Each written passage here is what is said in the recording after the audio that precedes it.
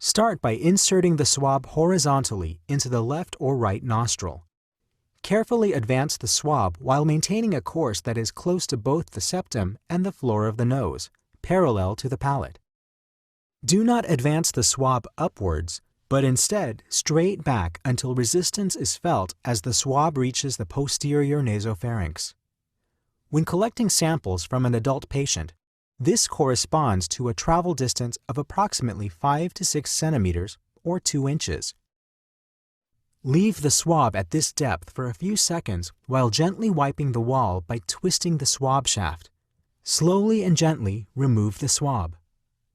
Immediately insert the swab into the sample collection tube, which may contain 2 to 3 milliliters of viral transport media.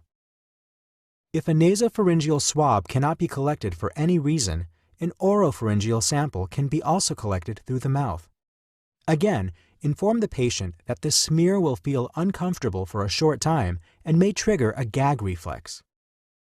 Ask the patient to open their mouth wide, protrude their tongue forward, and say "ah." Depress the patient's tongue using a tongue depressor.